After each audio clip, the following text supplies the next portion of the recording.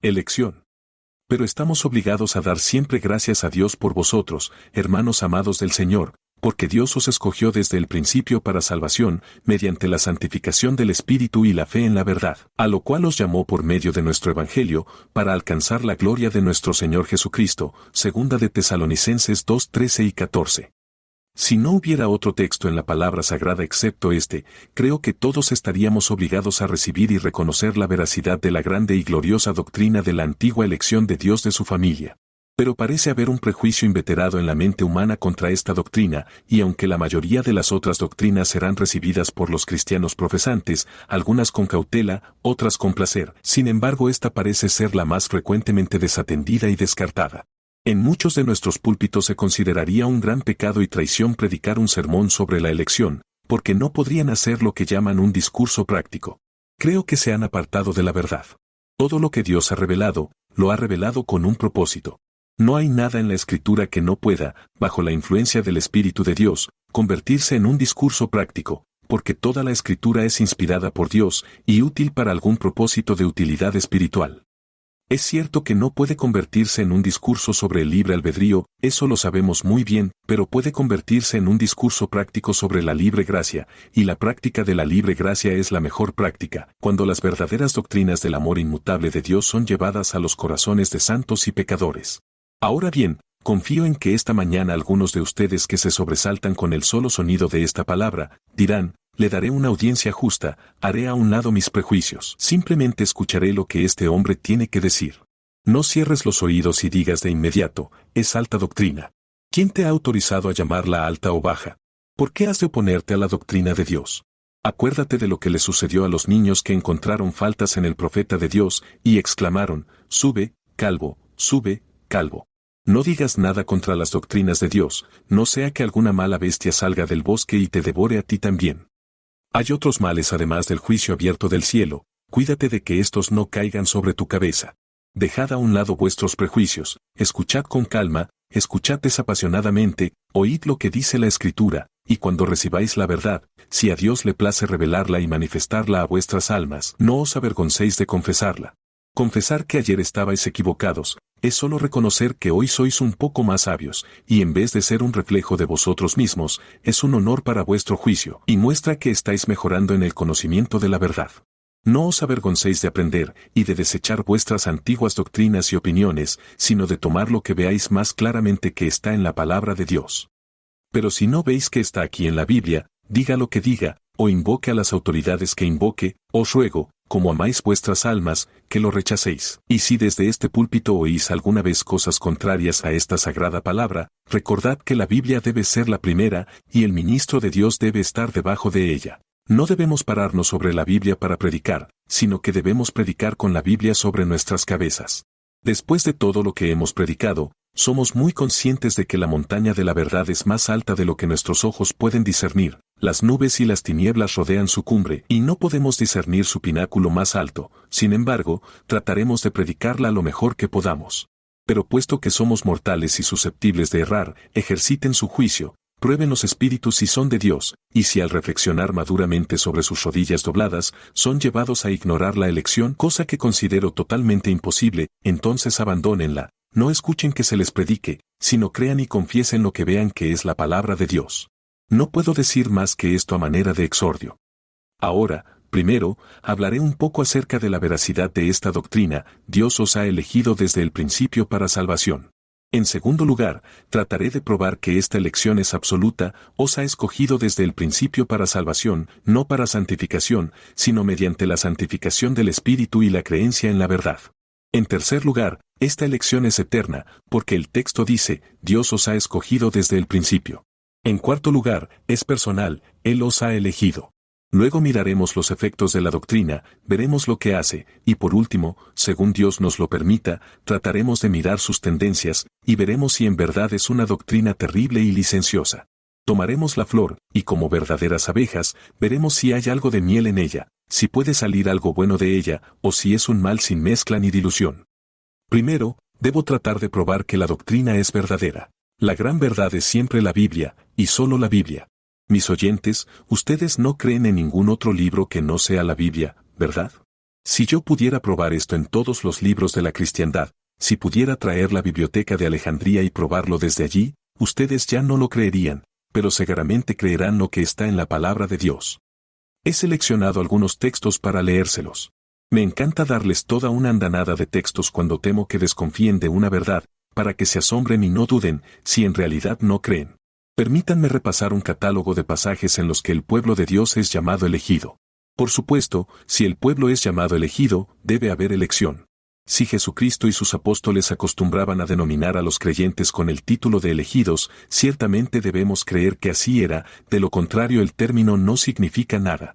Jesucristo dice, si el Señor no acortase aquellos días, nadie se salvaría, pero por amor de los escogidos, a quienes Él escogió, acortó los días.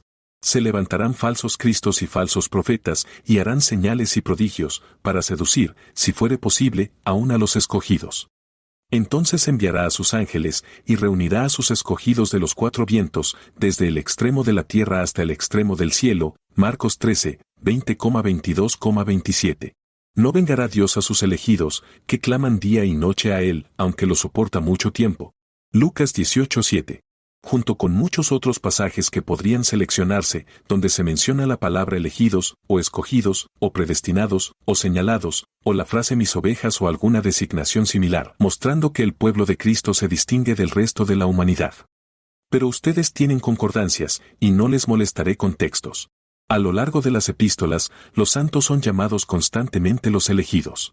En la de los Colosenses encontramos a Pablo diciendo, revestíos, pues, como escogidos de Dios, santos y amados, de entrañas de misericordia. Cuando escribe a Tito, se llama a sí mismo, Pablo, siervo de Dios y apóstol de Jesucristo, según la fe de los elegidos de Dios. Pedro dice, elegido según la presciencia de Dios Padre. Luego, si volvemos a Juan, encontraremos que le gusta mucho la palabra. Dice, la mayor de la señora elegida, y habla de nuestra hermana elegida. Y sabemos dónde está escrito, la iglesia que está en Babilonia, elegida juntamente con vosotros. En aquellos días no se avergonzaban de la palabra, no temían hablar de ella. Hoy en día la palabra ha sido disfrazada con diversos significados, y algunas personas han mutilado y estropeado la doctrina, de tal manera que la han convertido en una doctrina de demonios, lo confieso. Y muchos que se llaman a sí mismos creyentes, han caído en el antinomianismo. Pero a pesar de esto, ¿por qué habría de avergonzarme de ella, si los hombres la desvirtúan? Amamos la verdad de Dios en el potro de tortura, así como cuando camina erguida. Si hubiera un mártir a quien amáramos antes de que estuviera en el potro, lo amaríamos aún más cuando estuviera tendido allí. Cuando la verdad de Dios es tendida en el potro, no la llamamos falsedad.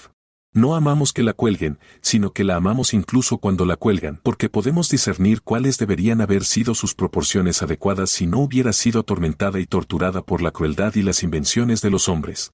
Si lees muchas de las epístolas de los antiguos padres, verás que siempre se refieren al pueblo de Dios como los elegidos.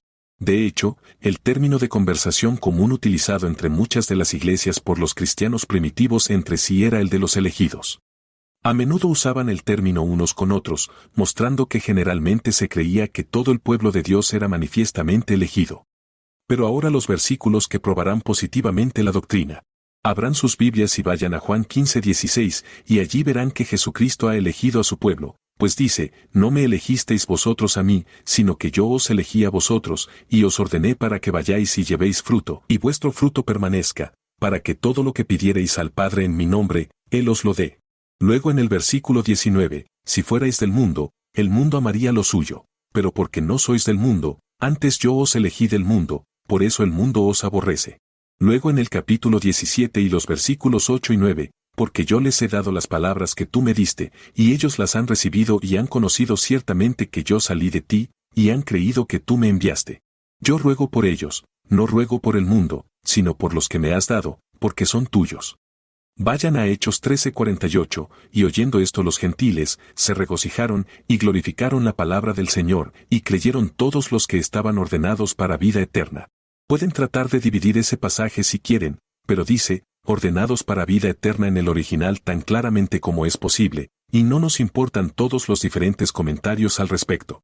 Apenas necesitan que les recuerde Romanos 8, porque confío en que todos ustedes conocen bien ese capítulo y lo entienden a estas alturas.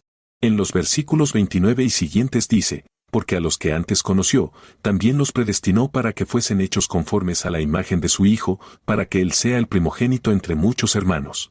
Además, a los que predestinó, a esos también llamó, y a los que llamó, a esos también justificó, y a los que justificó, a esos también glorificó. ¿Qué diremos, pues, a estas cosas? Si Dios es por nosotros, ¿quién contra nosotros? El que no escatimó ni a su propio Hijo, sino que lo entregó por todos nosotros, ¿cómo no nos dará también con él gratuitamente todas las cosas? ¿Quién podrá reprochar algo a los elegidos de Dios? Tampoco sería necesario repetir todo el capítulo 9 de Romanos. Mientras eso permanezca en la Biblia, ningún hombre podrá probar el arminianismo. Mientras eso esté escrito allí, ni las más violentas contorsiones del pasaje podrán jamás exterminar la doctrina de la elección de las Escrituras.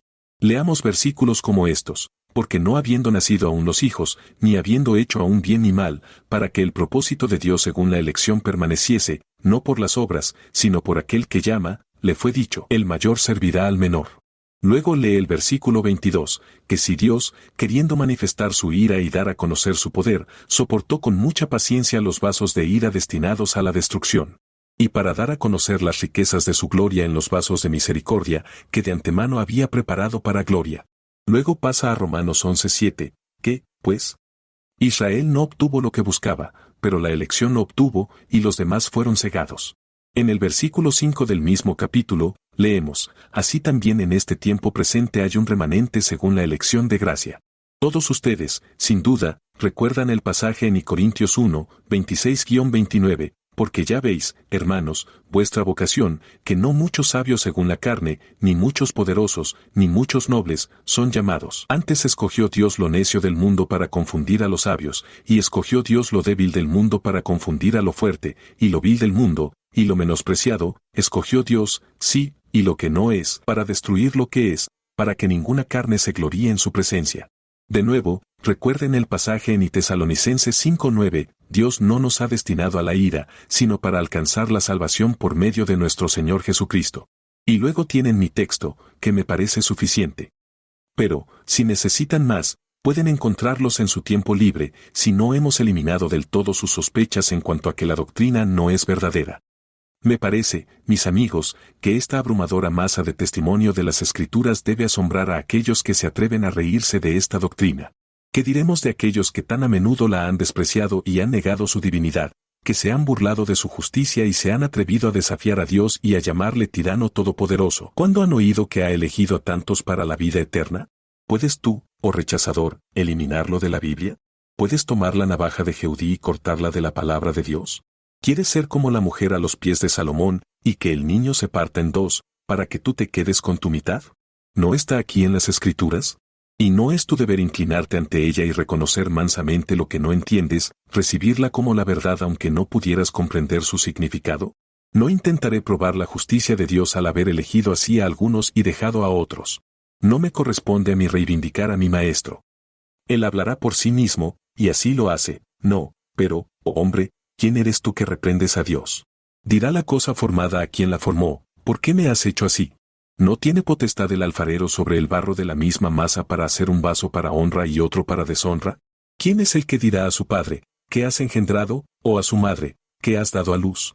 Yo soy el Señor, yo formo la luz y creo las tinieblas, yo, el Señor, hago todas estas cosas. ¿Quién eres tú que reprendes a Dios? Tiembla y besa su vara, inclínate y sométete a su cetro, no impugnes su justicia, y no expongas sus actos ante tu tribunal, oh hombre. Pero hay quien dice: es duro para Dios elegir a unos y dejar a otros. Ahora, les haré una pregunta. ¿Hay alguno de ustedes aquí esta mañana que desee ser santo, que desee ser regenerado, dejar el pecado y caminar en santidad? Sí, lo hay, dice alguno, lo deseo. Entonces Dios te ha elegido. Pero otro dice: no, no quiero ser santo, no quiero dejar mis lujurias y mis vicios. ¿Por qué has de refunfuñar, pues? Porque Dios no te ha elegido para ello. Porque si fueras elegido no te gustaría, según tu propia confesión. Si Dios te hubiera elegido esta mañana para la santidad, dices que no te gustaría. ¿No reconoces que prefieres la embriaguez a la sobriedad, la deshonestidad a la honestidad? ¿Amas más los placeres de este mundo que la religión? Entonces, ¿por qué has de refunfuñar porque Dios no te ha elegido para la religión? Si amas la religión, Él te ha elegido para ella. Si la deseas, te ha elegido para ella. Si no la deseas, ¿qué derecho tienes a decir que Dios debería haberte dado lo que no deseas? Suponiendo que yo tuviera en mi mano algo que tú no valoras y dijera que se lo voy a dar a tal o cual persona, no tendrías derecho a quejarte de que no te lo diera a ti. No podrías ser tan tonto como para refunfuñar porque el otro tiene lo que a ti no te importa. Según vuestra propia confesión, muchos de vosotros no queréis religión, no queréis un corazón nuevo y un espíritu recto, no queréis el perdón de los pecados, no queréis la santificación, no queréis ser elegidos para estas cosas. Entonces, ¿por qué habéis de refunfuñar? Estas cosas no os parecen más que cáscaras, ¿y por qué os quejáis de Dios, que las ha dado a los que Él eligió? Si crees que son buenas y las deseas, ahí están para ti. Dios da liberalmente a todos los que desean, y ante todo, los hace desear, pues de otro modo nunca lo harían.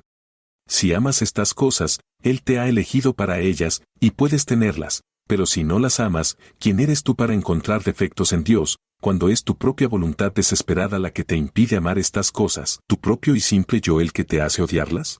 Supongan que un hombre en la calle dijera, qué lástima que no pueda tener un asiento en la capilla para oír lo que este hombre tiene que decir.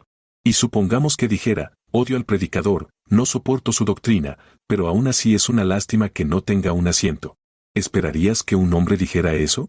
No, usted diría de inmediato, a ese hombre no le interesa. ¿Por qué habría de preocuparse de que otros tengan lo que ellos valoran y él desprecia? ¿No te gusta la santidad, no te gusta la justicia? Si Dios me ha elegido para estas cosas, ¿te ha perjudicado a ti con ello? Ah, pero, dicen algunos, yo creía que quería decir que Dios eligió a unos para el cielo y a otros para el infierno. Eso es muy distinto de la doctrina evangélica. Él ha elegido a los hombres a la santidad y a la justicia y por medio de eso al cielo. No debes decir que los ha elegido simplemente para el cielo y a otros solo para el infierno. Los ha elegido a la santidad, si aman la santidad. Si alguno de ustedes ama ser salvo por Jesucristo, Jesucristo lo eligió para ser salvo. Si alguno de ustedes desea tener la salvación, ha sido elegido para tenerla, si lo desea sincera y fervientemente. Pero, si no la desean, ¿por qué habrían de ser tan absurdamente necios como para refunfuñar porque Dios da lo que a ustedes no les gusta a otras personas? 2. Así he tratado de decir algo con respecto a la verdad de la doctrina de la elección. Y ahora, brevemente, permítanme decir que la elección es absoluta, es decir, no depende de lo que somos. El texto dice, Dios nos ha escogido desde el principio para salvación, pero nuestros oponentes dicen que Dios escoge a las personas porque son buenas, que las escoge a causa de diversas obras que han hecho. Ahora bien, preguntamos en respuesta a esto, ¿qué obras son esas por las que Dios elige a su pueblo? ¿Son lo que comúnmente llamamos obras de la ley, obras de obediencia que la criatura puede rendir? Si es así, te respondemos, si los hombres no pueden ser justificados por las obras de la ley, nos parece bastante claro que no pueden ser elegidos por las obras de la ley, si no pueden ser justificados por sus buenas obras, no pueden ser salvados por ellas. Luego el decreto de elección no pudo haberse formado sobre las buenas obras. Pero, dicen otros, Dios los eligió por la previsión de su fe. Ahora bien, Dios da la fe, luego no pudo haberlos elegido a causa de la fe, que previó. Habrá 20 mendigos en la calle, y yo decido darle a uno de ellos un chelín, pero, dirá alguien que yo decidí darle a ese un chelín, que lo elegí para tener el chelín, porque preví que lo tendría. Eso sería decir tonterías. De la misma manera, decir que Dios eligió a los hombres porque previó que tendrían fe, que es la salvación en germen, sería demasiado absurdo para que lo escucháramos por un momento. La fe es don de Dios. Toda virtud procede de Él. Por tanto, no puede haber sido la causa de que eligiera a los hombres, porque es su don. La elección, estamos seguros, es absoluta y totalmente aparte de las virtudes que los santos tienen después. Aunque un santo fuera tan santo y devoto como Pablo, aunque fuera tan valiente como Pedro, o tan amoroso como Juan, no reclamaría nada de su Creador. Nunca conocí a un santo de ninguna denominación que pensara que Dios lo salvó porque previó que tendría estas virtudes y méritos. Ahora bien, hermanos míos, las mejores joyas que el santo lleva puestas, si son joyas de su propia hechura, no son de la primera agua. Hay algo de tierra mezclado con ellas. La gracia más elevada que poseemos tiene algo de terrenal. Sentimos esto cuando somos más refinados, cuando somos más santificados, y nuestro lenguaje debe ser siempre, yo, el primero de los pecadores, soy el primero de los pecadores. Yo soy el primero de los pecadores. Jesús murió por mí. Nuestra única esperanza, nuestra única súplica, pende todavía de la gracia tal como se exhibe en la persona de Jesucristo. Y estoy seguro de que debemos rechazar y descartar por completo todo pensamiento de que nuestras gracias, que son dones de nuestro Señor, que son su diestra, pudieran haber causado alguna vez su amor. Y siempre debemos cantar. ¿Qué había en nosotros que pudiera merecer estima? ¿O qué deleitara al Creador? Así, Padre, debemos cantar siempre. Porque te pareció bien. Tendrá misericordia de quien quiera tener misericordia, salva porque quiere salvar. Y si me preguntan por qué me salva, solo puedo decir que porque quiere hacerlo. ¿Había algo en mí que me recomendara a Dios? No, lo dejé todo, no tenía nada que me recomendara. Cuando Dios me salvó, yo era el más abyecto, perdido y arruinado de la raza. Yacía ante Él como un infante en mi sangre. En verdad, no tenía poder para ayudarme a mí mismo. Oh, cuán miserable me sentía y sabía que era. Si tenías algo que te recomendara a Dios, yo nunca lo tuve. Me contentaré con ser salvado por gracia, gracia pura y sin aleaciones. No puedo jactarme de ningún mérito. Si tú puedes hacerlo, yo no puedo. Debo cantar. Solo la gracia gratuita desde el primero hasta el último. Ha ganado mi afecto y retenido mi alma. Luego, en tercer lugar, esta elección es eterna. Dios os ha elegido desde el principio para vida eterna. ¿Puede alguien decirme cuándo fue el principio? Hace años pensábamos que el principio de este mundo fue cuando Adán vino a él, pero hemos descubierto que miles de años antes de eso Dios estaba preparando la materia caótica para hacerla una morada adecuada para el hombre, poniendo razas de criaturas sobre ella, que podrían morir y dejar tras de sí las marcas de su obra y maravillosa habilidad, antes de probar su mano en el hombre. Pero ese no fue el principio, pues la revelación nos remite a un periodo muy anterior a la formación de este mundo, a los días en que se engendraron las estrellas matutinas, cuando, como gotas de rocío, de los dedos de la mañana, estrellas y constelaciones caían goteando de la mano de Dios, cuando, por sus propios labios, lanzaba orbes pesados, cuando con su propia mano enviaba cometas, como rayos, vagando por el cielo, para encontrar un día su propia esfera. Nos remontamos a años pasados, cuando se crearon los mundos y se formaron los sistemas, pero aún no nos hemos acercado al principio. Hasta que no vayamos al tiempo en que todo el universo dormía en la mente de Dios aún no nacido, hasta que no entremos en la eternidad en que Dios Creador vivía solo, todo dormido en Él, toda la creación descansando en su poderoso pensamiento gigantesco, no habremos adivinado el principio. Podemos retroceder, siglos y siglos. Podemos retroceder, si se nos permite usar palabras tan extrañas, eternidades enteras, y sin embargo no llegar nunca al principio. Nuestra ala se cansaría, nuestra imaginación se apagaría, si pudiera superar a los relámpagos que centellean en majestad, poder y rapidez, pronto se cansaría antes de llegar al principio. Pero Dios, desde el principio, eligió a su pueblo, cuando el éter no navegado aún no había sido abanicado por el ala de un solo ángel, cuando el espacio no tenía orillas, o bien no había nacido, cuando reinaba el silencio universal, y ni una voz ni un susurro conmocionaban la solemnidad del silencio, cuando no había ser ni movimiento, ni tiempo, y nada más que Dios mismo, solo en su eternidad, cuando sin el canto de un ángel, sin la asistencia ni siquiera de los querubines, mucho antes de que nacieran las criaturas vivientes, o se moldearan las ruedas del carro de Jehová, aún entonces, en el principio era el Verbo, y en el principio el pueblo de Dios era uno con el Verbo, y en el principio los eligió para la vida eterna. Nuestra elección, pues, es eterna. No me detendré a probarlo, solo repaso estos pensamientos para beneficio de los jóvenes principiantes, para que puedan entender lo que queremos decir con elección eterna y absoluta. Y, a continuación, la elección es personal. Aquí también, nuestros oponentes han tratado de derribar la elección diciéndonos que es una elección de naciones, y no de personas. Pero aquí el apóstol dice, Dios os ha elegido desde el principio. Es el cambio más miserable de la tierra hacer que Dios no ha elegido personas sino naciones, porque la misma objeción que se opone a la elección de personas, se opone a la elección de una nación. Si no fuera justo elegir a una persona, sería mucho más injusto elegir a una nación, puesto que las naciones no son sino la unión de multitudes de personas, y elegir a una nación parece ser un crimen más gigantesco, si es que la elección es un crimen, que elegir a una persona. Sin duda, elegir a 10.000 personas se consideraría peor que elegir a una. Distinguir a toda una nación del resto de la humanidad parece una extravagancia mayor en los actos de la soberanía divina que elegir a un pobre mortal y dejar fuera a otro. Pero, ¿qué son las naciones sino hombres? ¿Qué son los pueblos sino combinaciones de unidades diferentes? Una nación se compone de aquel individuo, y de aquel, y de aquel. Y si me decís que Dios eligió a los judíos, digo entonces que eligió a ese judío, y a ese judío, y a ese judío. Y si usted dice que Él escoge a Gran Bretaña, entonces yo digo que Él escoge a ese hombre británico, y a ese hombre británico, y a ese hombre británico.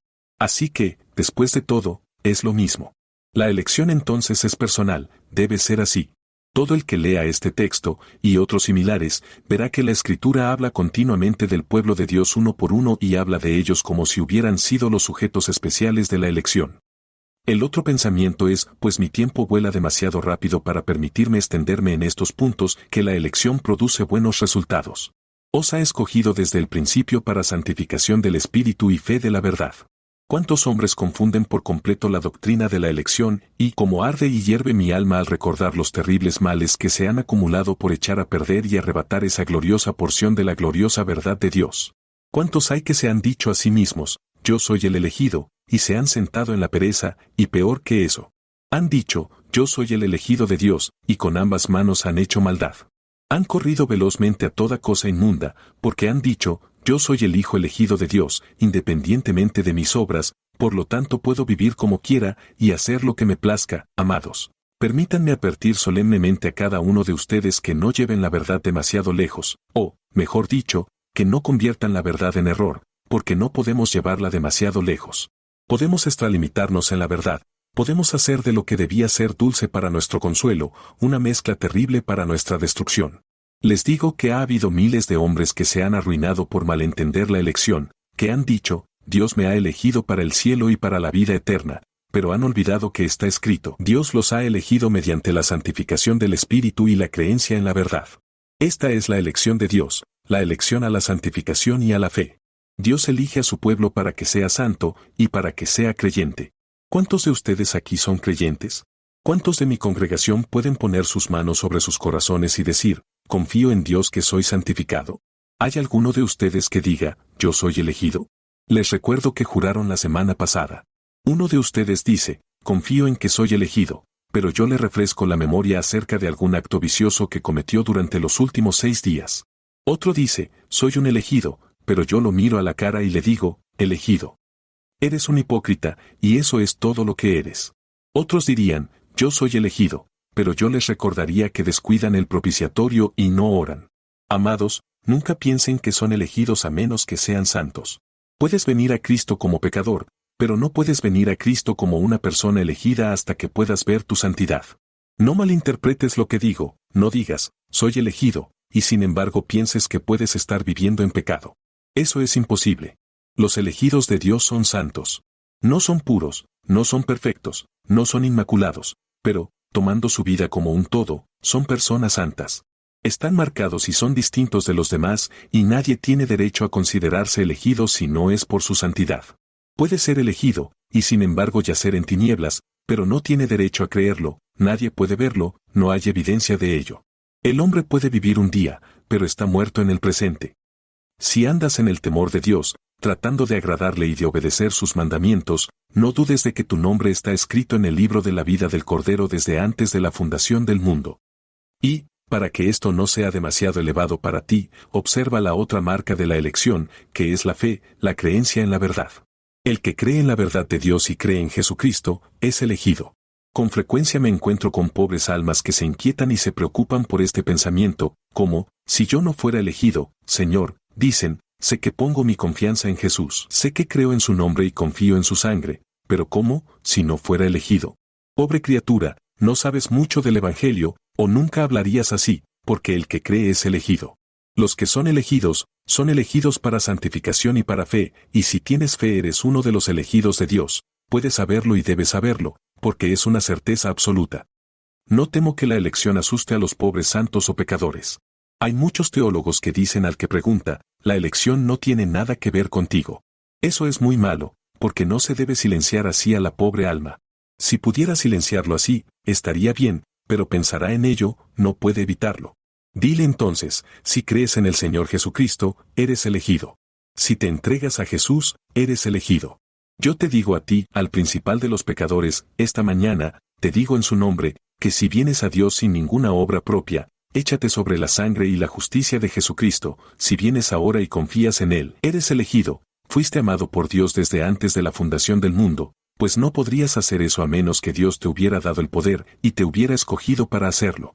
Ahora estás a salvo y seguro si vienes y te arrojas sobre Jesucristo y deseas ser salvado y amado por Él. Pero no pienses que alguien se salvará sin fe y sin santidad. No piensen, oyentes míos, que algún decreto, aprobado en las oscuras edades de la eternidad, salvará sus almas, a menos que crean en Cristo. No se sienten y piensen que van a ser salvos sin fe y sin santidad. Esa es la herejía más abominable y maldita, y ha arruinado a miles. No usen la elección como almohada para dormir, o podrían arruinarse. Dios me libre de coser almohadas bajo las sisas para que puedas descansar cómodamente en tus pecados. Pecador, no hay nada en la Biblia que palie tus pecados. Pero si estás condenado, hombre, si estás perdido, o mujer, no encontrarás en esta Biblia ni una gota para refrescar tu lengua, ni una doctrina para paliar tu culpa. Tu condenación será enteramente tu propia culpa y tu pecado la merecerá con creces, porque no creéis que estáis condenados. No creéis porque no sois de mis ovejas. No queréis venir a mí para tener vida. No pienses que la elección excusa el pecado, no sueñes con ello, no te acunes en una dulce complacencia pensando en tu irresponsabilidad. Tú eres responsable. Debemos darte ambas cosas. Debemos tener la soberanía divina y debemos tener la responsabilidad del hombre.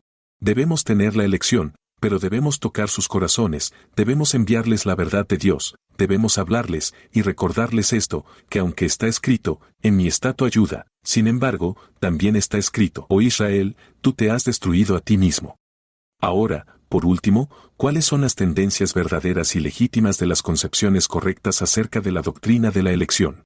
En primer lugar, os diré lo que la doctrina de la elección hará que hagan los santos bajo la bendición de Dios, y, en segundo lugar, lo que hará por los pecadores si Dios se la bendice. Primero, pienso que la elección, para un santo, es una de las doctrinas más despojadoras de todo el mundo, quitar toda confianza en la carne, o toda dependencia de cualquier cosa excepto de Jesucristo. Cuán a menudo nos envolvemos en nuestra propia justicia, y nos adornamos con las falsas perlas y gemas de nuestras propias obras y acciones. Comenzamos a decir, ahora seré salvo, porque tengo esta y aquella evidencia. En lugar de eso, es la fe desnuda la que salva, esa fe y solo esa se une al Cordero, independientemente de las obras, aunque sea productiva de ellas. Cuán a menudo nos apoyamos en alguna obra, que no es la de nuestro propio amado, y confiamos en algún poder, que no es el que viene de lo alto. Ahora, si queremos que este poder nos sea quitado, debemos considerar la elección. Haz una pausa, alma mía, y considera esto. Dios te amó antes de que existieras. Te amó cuando estabas muerto en delitos y pecados, y envió a su Hijo a morir por ti. Te compró con su preciosa sangre antes de que pudieras susurrar su nombre. ¿Puedes, pues, enorgullecerte? No conozco nada más humillante para nosotros que esta doctrina de la elección. Algunas veces he caído postrado ante ella, cuando me esforzaba por entenderla. He extendido mis alas y, como un águila, me he elevado hacia el sol. Firme ha sido mi ojo y verdadera mi ala, por una temporada. Pero, cuando me acerqué a Él, y el único pensamiento se apoderó de mí, Dios os ha escogido desde el principio para salvación, me perdí en su brillo, me tambaleé con el poderoso pensamiento, y de la vertiginosa elevación bajó mi alma, postrada y quebrantada, diciendo, Señor, no soy nada, soy menos que nada. ¿Por qué yo? ¿Por qué yo?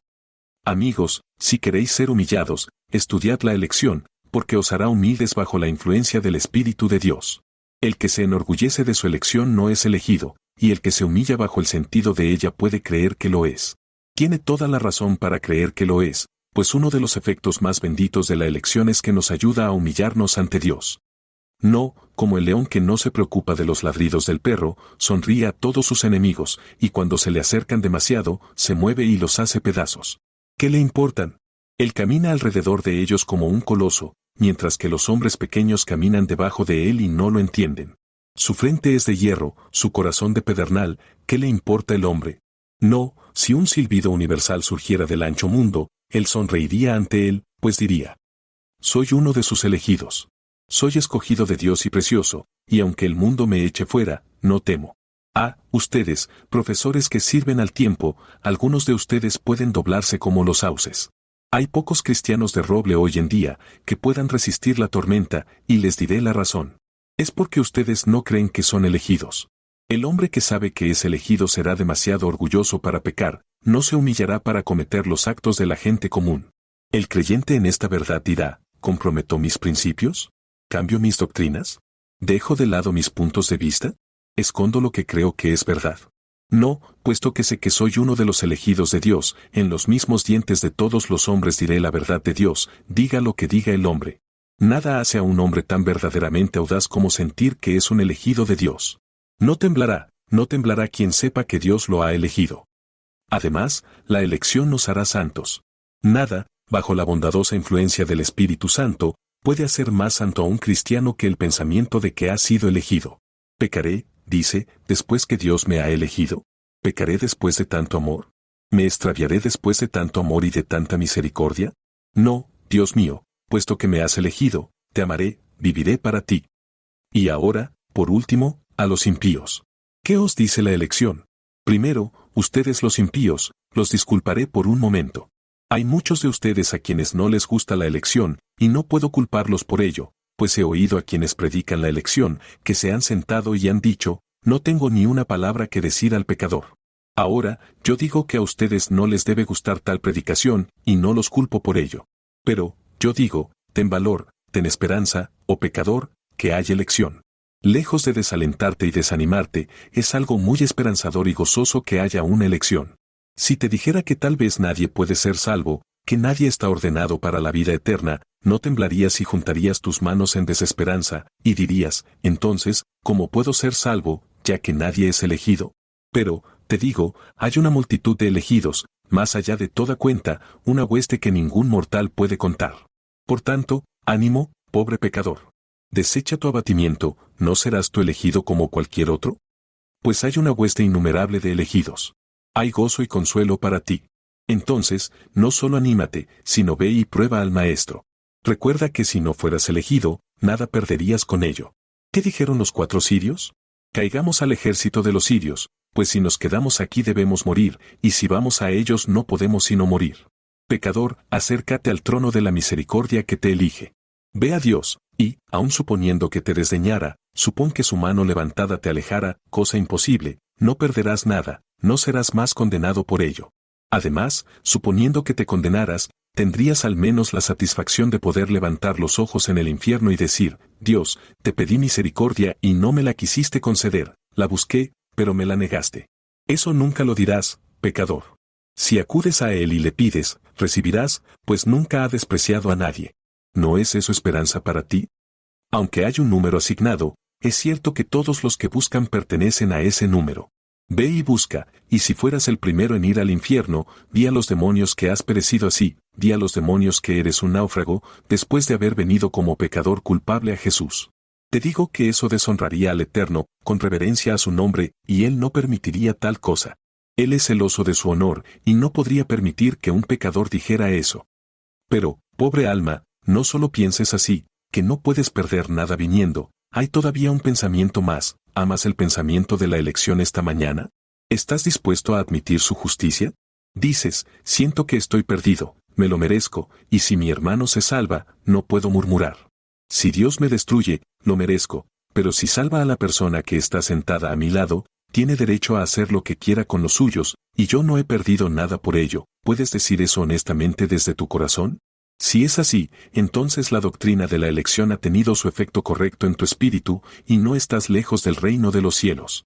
Estás donde debes estar, donde el Espíritu quiere que estés, y siendo así esta mañana, vete en paz, Dios ha perdonado tus pecados. No sentirías eso si no fueras perdonado, no sentirías eso si el Espíritu de Dios no estuviera obrando en ti. Alégrate, pues, por esto. Deja que tu esperanza descanse en la cruz de Cristo. No pienses en la elección, sino en Cristo Jesús. Descansa en Jesús primero, en medio y sin fin.